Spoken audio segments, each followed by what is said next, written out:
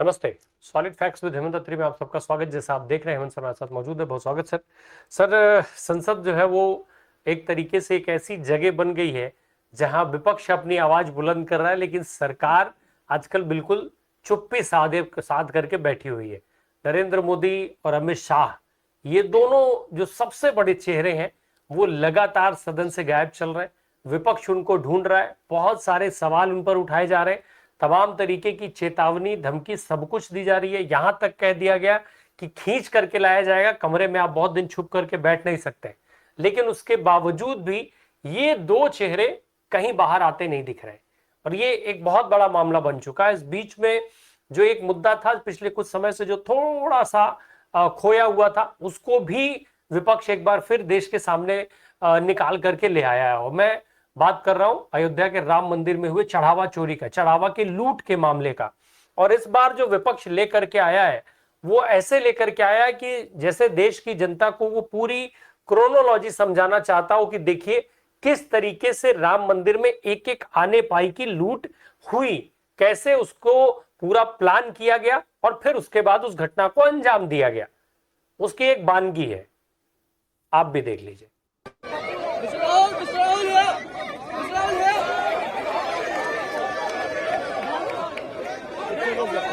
Sir mister Rahul जिसके sir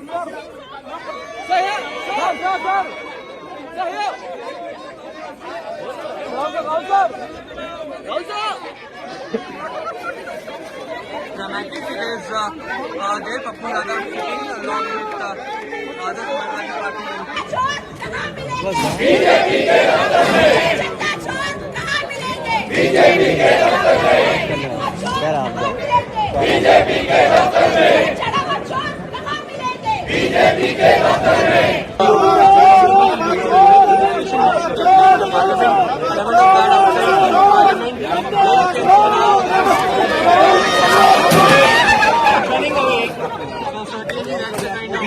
sir, ये पूरी ऐसा लग रहा है जैसे पूरी क्रोनोलॉजी बताई जा रही है, और साथ में ये भी बताया जा रहा है कि ये जितने भी तरीके के चोर हैं वो कहाँ मिलेंगे। तो सांसद बता रहे हैं बीजेपी के दफ्तर में। ये क्या चल रहा है?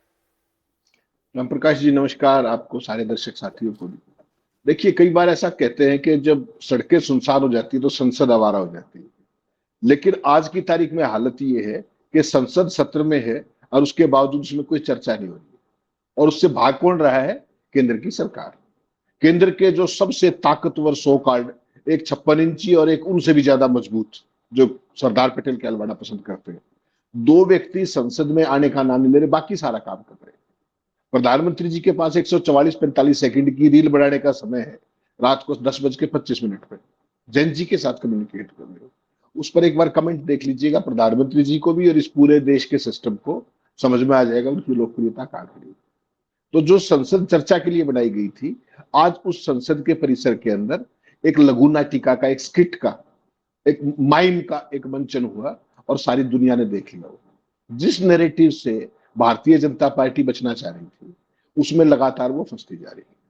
सबसे पहले क्या था कि सबसे मजबूत प्रधानमंत्री, 56 इंची, कोई दबते ही नहीं किसी बात से। ना तो प्रधानमंत्री के मुंह से 20 तारीख से लेकर आज तक छात्रों पर जो कार्रवाई हुई बर्बरतापूर्ण, उस पर एक शब्द निकला, न गृह मंत्री के मुंह से एक शब्द निकला। आंदोलन को लेकर के कुछ नहीं। पूरे देश को सर्वेलेंस स्टेट बनाने की कोशिश की जा रही है, निगरानी तंत्र में बदला जा रहा है। जो बच्चे बैठे थे, जिनको अनशन तुड़वाया गया जूस पिला करके, उन बच्चों को घरों से उठाया जा रहा है। तमाम तरह की चीजें आप सारी लगातार सोशल मीडिया में देख रहे हो। मुख्य धारा कुछ नहीं दिखाएगा, माफ कीजिए। तो जो सरकार जिस नैरेटिव को बदलना चाह रही थी, वापस वो नैरेटिव उसके सामने उसको हॉन्ट कर रहा है।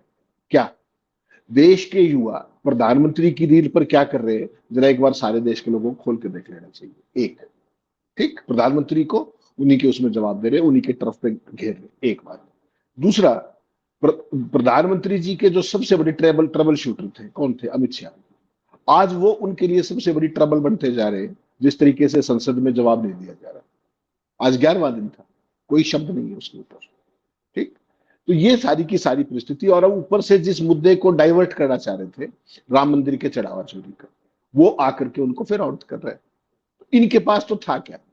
एक फर्जी प्रोपेगेंडा था राम से प्रेम का, और दूसरा फर्जी प्रोपेगेंडा था कि प्रधानमंत्री का 56 इंची सीना, मजबूत प्रधानमंत्री। वो सारी की सारी चीजें इन 11 दिनों में तार तार होकर सारे देश ने देख ली कि कितने के मजबूत है, कितनी इच्छा शक्ति है, कितनी राम भक्ति है, वो सारी चीजें सामने आ गई। क्या आपको नहीं लगता कि ये 2 मुद्दे थे, चाहे वो छात्रों पर कार्रवाई का मसला हो, चाहे ये मसला हो, इन दोनों पर प्रधानमंत्री जी को सुओ मोटो स्टेटमेंट दे देनी चाहिए थी। व्हाट डू यू से? जब उन्होंने संसद के अंदर जब राम मंदिर ट्रस्ट के निर्माण की बात आई, सुप्रीम कोर्ट के आदेश का वादा देते हुए खुद सुओ मोटो स्टेटमेंट दी थी ना, उन्हीं के नॉमिनेशन से ट्रस्टी बने थे ना।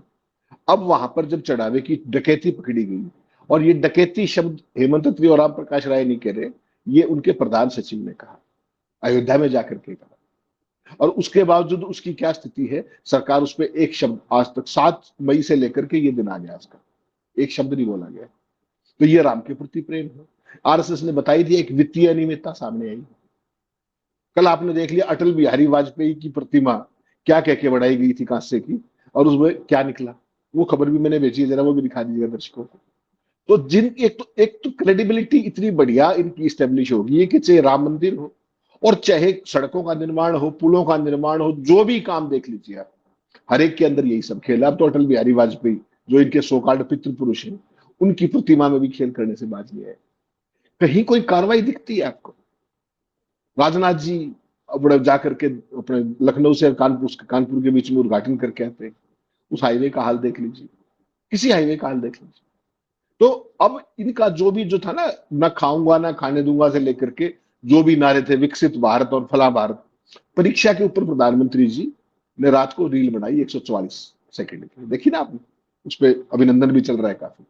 और उस सब उसमें ये जिक्र करना भूल गए प्रधानमंत्री जी कि उड़ीसा की जो स्टेट की हेल्थ यूनिवर्सिटी है, उसके पीजी का एग्जाम व्हाट्सएप पर घूम रहा था। आपने देखा होगा, सारा देश देख रहा है। प्रधानमंत्री जी ने उसका भी जिक्र नहीं किया। क्या कह रहे हैं? नया कानून बना दिया है प्रभावी कानून परसों बना, कल सुबह फिर उड़ीसा में वही हो गया।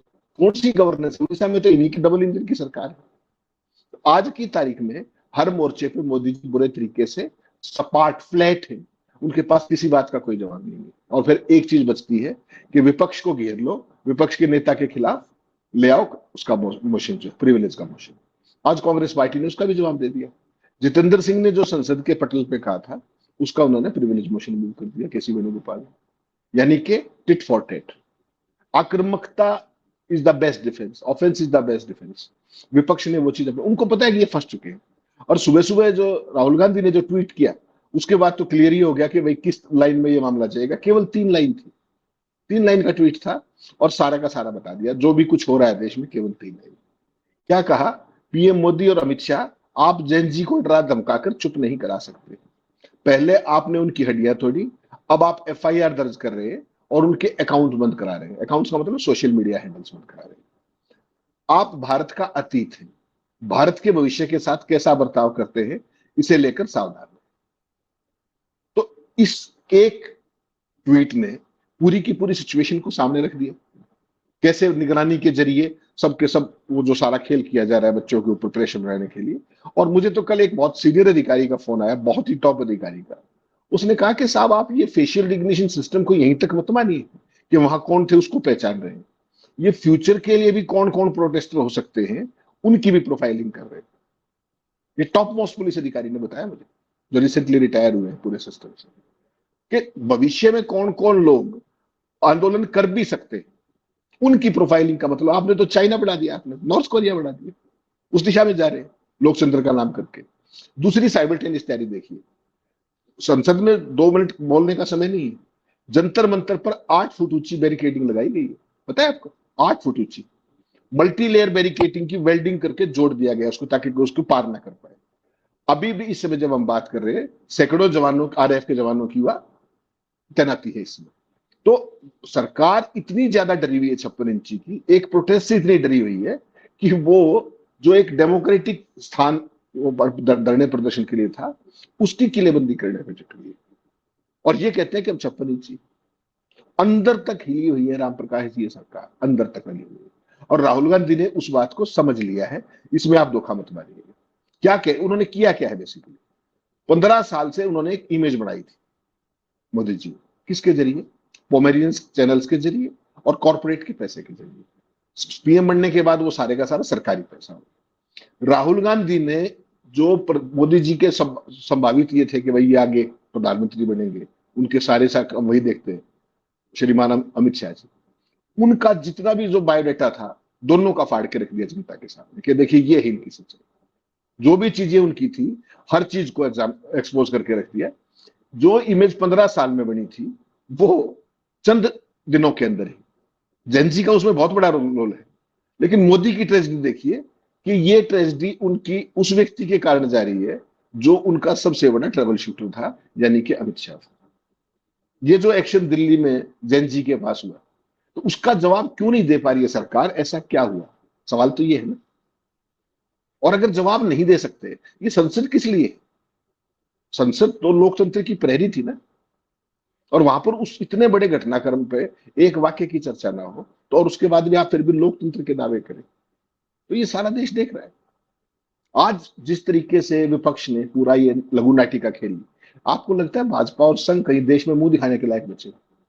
सारा विपक्ष एकजुट था सुबह से, और पूरे तरीके से किस तरीके से राहुल गांधी चढ़ावा देने आए, उन्होंने छीन लिया हाथ से पप्पू यादव ने, और फिर वो पूरे का पूरा चढ़ावा लेकर के भागते हुए दिखाई दिए। तो सिंबोलिज्म के जरिए भाजपा और संघ को कंप्लीटली एक्सपोज कर दिया, ट्रू कलर्स को। और आपको नहीं लगता कि अगले साल जो ये यूपी के अंदर चुनाव है, ये एसआईआर वगैरह धरी रह जाएगी? जो एक पॉपुलर परसेप्शन बनी है कि ये तो किसी को बख्श ही नहीं रहे भाई। एक चीज थी मंदिरों का चढ़ावा कहां तक देख लीजिए आप, बद्रीनाथ से लेकर के कहां किस किस का नाम ले, महाकाल कॉरिडोर से ले लीजिए, वैष्णो देवी मंदिर में क्या हुआ वो भी देख लीजिए। ओवरऑल जो परिस्थितियां हैं, हिंदू धर्म के सबसे बड़े ठेकेदार आज वो इस पर भी बात नहीं कर पा रहे। ये तो इनका फेवरेट शगल था ना, धर्म तो इनका सबसे बड़ा वो है। आज विपक्ष कमाल देखिए, जब वक्त का पहिया घूमता है, जब नियति आपसे हिसाब मांगती है, तो वो चीजें आपको हॉन्ट करती है। राम मंदिर के सबसे बड़े ठेकेदार और आज राम मंदिर पे चर्चा करने से भाग रहे हैं। युवा पीढ़ी का मोदी जी तो युवा पीढ़ी की पुलवामा के नाम पर पहली वोट मांग लिया करते, आज उस युवा पीढ़ी की बातों का जवाब देने से भाग रहे हैं। तो कहीं ना कहीं नियति आपका हिसाब मांग रही है ना, और सारा देश देख रहा है। और भाग कौन रहा है? 56 इंची सब शक्तिशाली सत्ता, मोदी जी के कथित चाणक्य। हुआ क्या? जवाब दे दीजिए ना। जितेंद्र सिंह ये कह रहे हैं कि गृह मंत्री आदेश नहीं देता, तो किसने दिया ये गृह मंत्री बता दे भाई, कहां दिक्कत है उसमें? एक और चीज है सर कि एक जवाब से वो भाग रहे हैं या फिर वो जवाब दे रहे हैं, खुद ना दे करके दिलवाया जा रहा है। जिस तरीके से आज हमने देखा है, शुरू से हम एक चीज देख रहे थे कि टीवी मीडिया इस पूरे आंदोलन को ये बता रहा था कि ये असल में छात्रों का आंदोलन नहीं है, अराजक तत्वों और अपराधियों का आंदोलन है। क्या कुछ ये बताया गया और अभी भी बताया जा रहा है। अब इसके आगे भी शुरू हो गया। जो पुलिस वाले वहां पर कुछ घायल हुए, अब जिन भी परिस्थितियों में वो घायल हुए हैं, उनके परिवारों को ला करके सामने बैठाया जा रहा है। और उस कड़ी में एक बेटी को ला करके सामने बैठाया गया, जिस बेटी ने अपने पिता के घायल होने पर सवाल उठाए। तो अब तो वो जवाब, क्या इसको ना माना जाए कि वो जवाब दे रहे हैं, विपक्ष के सवालों का जवाब दे रहे हैं, खुद ना दे करके इस तरीके से दिलवा रहे हैं जैसे वो हमेशा करते आए। और वर्दी तो उनका सबसे फेवरेट जो पर्दा है, कवर है, वो सबसे फेवरेट कवर हमेशा से वर्दी रही है। और फिर वो एक बार साबित कर रहे हैं इस बात को। राम प्रकाश जी देखिए, चोट किसी को भी लगे वो दुर्भाग्यपूर्ण है, चाहे वो पुलिस के साथी हो, चाहे सीआरपीएफ हो, चाहे आरएएफ हो, वो हम में से ही एक है। समाज में कहीं ऊपर से नहीं आए हैं, वो हम में से ही एक। लेकिन सवाल ये है कि पूरे आंदोलन के दौरान आपने किसी छात्र को उस एरिया के अंदर पत्थरबाजी करते हुए देखा क्या? लॉ एंड ऑर्डर को अपने हाथ में लेते हुए देखा क्या? उनको चोट कैसे लगी, इसकी जवाबदेही किसकी है? छात्रों की या सरकार की? सरकार खुद जवाब ना दे करके उनके बच्चों को आगे कर रही। वो बेटी भी हमारी बेटी, इस समाज की बेटी, उनके जो पिताजी हैं वो भी समाज का हिस्सा है। किसी को भी चोट नहीं लगनी चाहिए। लेकिन सवाल ये है कि क्या अमित शाह का जवाब ना देने का कवर फायर ये है कि पुलिस वालों को चोट कैसे लगी? जांच कराओ ना भाई। वो जो असामाजिक तत्व जिसकी बात हम 20 तारीख से लगातार कर रहे हैं कि वो बिना वर्दी के कौन थे, दाढ़ी बढ़ाए हुए लोग और ये वो कौन थे? वो हर जगह कहां से आ जाते हैं? करा लो अमित शाह जी जांच। ये लोग तो सुप्रीम कोर्ट में भी पार्टी बढ़े, इनको समय दिया गया कि वो भी सुप्रीम कोर्ट में आ जाए। तो आप इस पूरे खेल को समझिएगा कि पुलिस वालों की, घायल पुलिस वालों की आड़ में कौन घुस रहा है, कौन छुप रहा है अपनी खाल बचाने के लिए। सवाल तो ये है कि ये इनकम्पिटेंस किसकी थी, ये आंदोलन क्यों हुआ, इसका जवाब दे दीजिए। पेपर लीक के कारण हुआ ना। आप पहले दिन धर्मेंद्र प्रधान का इस्तीफा ले लेते, कहां समस्या थी? जो आपके मोहन भागवत जी कह रहे थे कि डिक्टेशन का नहीं डिस्कशन का समय है, तो डिस्कशन कर लेते।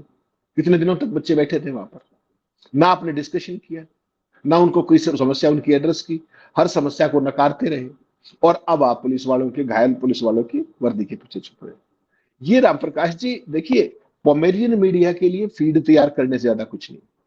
चूंकि पोमेरियन मीडिया विपक्ष की चंदा चोरी की नाटिका को नहीं दिखा सकता, तो वो पुलिस वाले की बेटी को दिखा देगा, इतनी सी बात है। और हर जगह जो सिलेबस जारी किया जाता है सुबह 9 बजे व्हाट्सएप ग्रुप में, जो पोमेरियन मीडिया के लिए, चाटुकारों के लिए, वो सारा देश देख रहा है। किसी चैनल ने अब तक ये पूछा, आपने सुना हो तो प्राइम टाइम में, कि गृह मंत्री जी सवाल क्यों का जवाब क्यों नहीं दे रहे, प्रधानमंत्री जी संसद में क्यों नहीं आ रहे? प्रधानमंत्री जी को ट्वीट करके बताना पड़ रहा है कि मैंने सीसीएस की बैठक ली, बहुत महत्वपूर्ण मसलों पर बातचीत की। उस मीटिंग में जो प्रधानमंत्री जी हाउस के अंदर ले रहे थे, अपने ऑफिस के अंदर, जो पार्लियामेंट है, उसके अंदर अमित शाह जी थे क्या? बाकी तो सारे थे। कहां चले गए अमित शाह जी?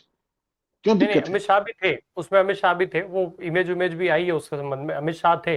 तभी सवाल भी उठ रहा है कि आप मीटिंग खेल रहे हैं, मीटिंगों में आप जाएंगे, जो प्रधानमंत्री पहले से करते आ रहे हैं उसी पैटर्न पे अब अमित शाह भी चल रहे हैं। एक सवाल भी मैं और सर जोड़ देना चाहता हूं थोड़ा उस पर भी, क्योंकि वो मामला सीधे तौर पर सुप्रीम कोर्ट और लीगल का मामला है। जरा मैं बार बार कई दिनों से, 3 दिन हो गए जब सौरभ दास ने ये कहा था कि भाई सुप्रीम कोर्ट का ये डिसीजन जो है वो नहीं माना जा सकता है, जिसमें बच्चों पर एफआईआर कायम रहने की बात कही गई थी। सर सवाल ये उठता है, अब ये बताया जा रहा है कि देखिए कैसे इन्होंने सुप्रीम कोर्ट को भी मानने से इनकार कर रहे हैं, सुप्रीम कोर्ट का आदेश नहीं मानेंगे, अवमानना कर रहे हैं, संविधान को खत्म कर देना चाहते हैं, ये सारी बातें। सर जब ये तय हुआ था, जब ये शर्त रखी गई थी, प्राइमरी शर्त ये थी कि जो बच्चे हैं उनमें से किसी के ऊपर किसी तरीके का एफआईआर मुकदमा नहीं होगा, और जो हो गया है वो सब वापस होगा। ऐसे में सुप्रीम कोर्ट का एक आदेश आ जाता है कि जो एफआईआर हो चुकी है उनको वापस नहीं लिया जाएगा। तो क्या ये सरकार की जिम्मेदारी नहीं बनती है कि वो फिर सुप्रीम कोर्ट में जाकर के, और वो जो भी हलफनामा देना हो, जो कुछ भी देना हो, उसके लिए आगे बढ़ना पड़ेगा सरकार को? इसमें उन बच्चों का क्या दोष है, और इसमें सुप्रीम कोर्ट की अवमानना कहां से हो जाती है? जरा मैं ये भी समझना चाहता हूं, क्या आज इस बात को कहना किसी के द्वारा भी इस देश में, मैं ये सवाल पूछ रहा हूं, किसी के द्वारा भी इस देश में इस बात पर सवाल उठाना या ये बात कहना संविधान विरोधी हो जाता है, सुप्रीम कोर्ट की अवमानना हो जाती है?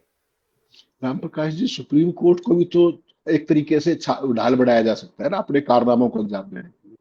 मैंने आपको जो टॉप मोस्ट सोर्स से खबर बताई वो ये है कि भावी कौन कौन प्रोटेस्ट हो सकते हैं, अब उनकी प्रोफाइलिंग तक मामला आ गया। जो आए थे उनकी छोड़ दीजिए आप। इस देश में कौन से कानून के तहत ये है कि आप घर से बाहर निकलेंगे पुलिस आपका फोटो खींच लेगी? बता दीजिए मुझे एक बार। पूरा आप जो सवाल कर रहे हैं वो आप एक लोकतांत्रिक सिस्टम के सवाल कर रहे हो। दुर्भाग्य की बात यह है कि इस देश के अंदर पूरे तरीके से फासिज्म का पूरा पदार्पण हो चुका है, लोगों को समझ में नहीं आ रहा है। सरकार ने, आप ये बताइए ना, अगर सरकार ईमानदार होती, अगर सरकार लोकतांत्रिक होती, तो जब आंदोलन को कॉल ऑफ किया गया उस समय उन बच्चों को एग्रीमेंट की कॉपी नहीं देनी चाहिए थी क्या? वो 3 दिन बाद तक एग्रीमेंट क्यों मांग रहे थे? और वो कहीं ना कहीं, मैं उस दिन भी आपसे चर्चा की थी जब ये आंदोलन खत्म कर रहे थे, कि उनकी भी लापरवाही है, वो इस सरकार के चाल चरित्र और चेहरे को नहीं जानते। ये सरकार हमेशा अपने कमिटमेंटों से भागने वाली सरकार, आज से नहीं। किसान आंदोलन के दौरान जो मोदी जी ने ये कहा था कि मेरी तपस्या में कमी रहेगी, और वो जो सारे वायदे किए थे उनमें से एक अंश भी पूरा हुआ हो तो बता दीजिए आप। किसान आंदोलन कोई छोटा आंदोलन नहीं था, क्या फॉलोअप है उसका कोई बता दीजिए आप। तो आपको क्या लगता है इनकी इमीडिएट प्रायोरिटी क्या थी? कि एक बार ये बच्चे यहां से उठ जाए, उसके बाद इलाज तो हमें पता है क्या करना है। जो ये फेशियल रिकग्निशन सिस्टम है, इसके जरिए दिल्ली पुलिस ये बता रही है कि इतने आपराधिक तत्व वहां थे, आपने पकड़े क्यों नहीं? दिल्ली के अंदर जो क्राइम है, अगर सारे मेट्रोज की तुलना करो, उनमें कम नहीं है दिल्ली के अंदर। तो ये फेशियल रिकग्निशन जो सिस्टम है, आपने उन पे क्यों नहीं लगाया जो अपराधी तत्व है? हर साल किस किस तरह का क्राइम दिल्ली में होता है हर दिन, उसके लिए कभी यूज किया क्या?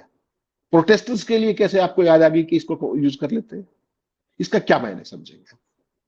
क्या प्रायोरिटीज केवल सरकार के विरोधियों को टारगेट करने की है, समाज के विरोधियों को टारगेट नहीं करना है? आप जो सवाल कर रहे हैं वो लोकतांत्रिक सरकारें करती, जवाबदेही, बच्चों के हित, लोकतांत्रिक डिस्कशन, संसद के अंदर पूरी चर्चा परिचर्चा, इनमें से कोई चीज दिख रहा है क्या कंपोनेंट आपको? जब नहीं दिख रहा है तो सुप्रीम कोर्ट का इंटरिम ऑर्डर का पार्ट चौथा कौन सा था और उसकी आड़ में कार्यक्रम शुरू कर दिया। देश का एक टॉप मोस्ट आईपीएस अफसर जो ज्वाइंट डायरेक्टर रहा इंटेलिजेंस का, वो सुप्रीम कोर्ट के अंदर जाता है और कहता है कि साहब ये पैलेट गन की फायरिंग पे बैन होनी चाहिए। तो उस पर किस तरह की टिप्पणी आती है सारे देश ने देख ली। वो वही व्यक्ति है जिसने कहा था 27 लाख वोटों कट की कोई बात नहीं, अगली बार डाल देना। ये आइसोलेशन में नहीं है राम प्रकाश जी, ये जो अर्जित लोकतंत्र का कबाड़ा करने का प्रोजेक्ट है, ये ज्वाइंट वेंचर है, ये कंप्लीटली ज्वाइंट वेंचर है। ये नागपुर से शुरू होता है, ये दिल्ली की सत्ता पर आकर के और बहुत सारे संवैधानिक संस्थाओं को इंक्लूड करके बनाने की प्रक्रिया है। इसको हम सबको समझ लेना पड़ेगा। आज तक सुप्रीम कोर्ट ने सुओ मोटो नोटिस दिया कि भाई तुमने फेशियल रिकग्निशन सिस्टम कैसे किया, राइट टू प्रिवेसी का क्या मतलब रहेगा। दिल्ली के अंदर एक दिल्ली हाई कोर्ट भी है, उसकी कोई चर्चा सुनी क्या आपने? जो पुलिस अधिकारी किसी महिला को थप्पड़ मारा है, क्या बिगड़ा उसका? ये पुलिस हमारी सेवक है या हमारी शासक? ये तो देखना पड़ेगा आपको। क्या मोदी और शाह ने पुलिस और आरएएफ को अपने शासन का अभिनंग बना लिया है कि इसी के जरिए शासन करेंगे हम? ये काम तो अंग्रेज करते थे। डेमोक्रेटिक सेटअप के अंदर तो पुलिस हमारी सेवक है। आज सोचिए आप, दिल्ली पुलिस देश की, दिल्ली और बॉम्बे की दो police top most professional forces थी वर्ल्ड की, आज उनको कहां ला करके खड़ा कर दिया। दिल्ली पुलिस के क्या जो जवान जो बेचारे घायल हुए हैं, क्या हमारे परिवार नहीं है? हम में से ही है वो। उनके घायल होने को मीडिया के सामने एक खास अंदाज में प्रस्तुत करके जैन जी के बच्चों को डिस्क्रेडिट करने का। बच्चों ने तो पत्थर चलाया हो तो आप दिखाइए ना कि कहां चलाया, किस बात की आड़ ले रहे हैं आप? चूंकि आपके पास सवालों के जवाब नहीं। फोर्सेस की वीडियो तो है सर, फोर्सेस की तो पत्थर फेंकते हुए वीडियोस है तमाम तो जवानों। उसको तो स्वीकार नहीं करेंगे ना, उसको स्वीकार कैसे करेंगे? आज तक तो इस बात का भी जवाब नहीं आया कि वो खड़ा था डंपर वहां पर पत्थरों वाला, वो कैसे आ गया? उसको लेकर कभी कभी कुछ कभी कुछ कभी कुछ। हकीकत यह है कि पुलिस ने पाउंड कर रखा था एक छोटी सी सोकाल दुर्घटना के बाद। मतलब थाने में जगह नहीं थी, बाहर खड़ा कर दिया। इतनी सेंसिटिव जगह पर पत्थरों से भरा हुआ डंपर खड़ा करने का मतलब समझते हैं आप? इस देश ने पहले नहीं देखा क्या? तो सवाल राम प्रकाश जी ये नहीं है। इन 12.25 सालों के अंदर जो इनका एक पूरे का पूरा ऑब्जेक्टिव रहा है कि सत्ता पर काबिज रहने का, आज आप सोचिए ना दुनिया में किस तरह की खबरें चल रही। एक तरफ मोदी जी पूरी दुनिया में बुद्ध का देश और युद्ध का देश पता नहीं क्या क्या बोलते फिरते हैं।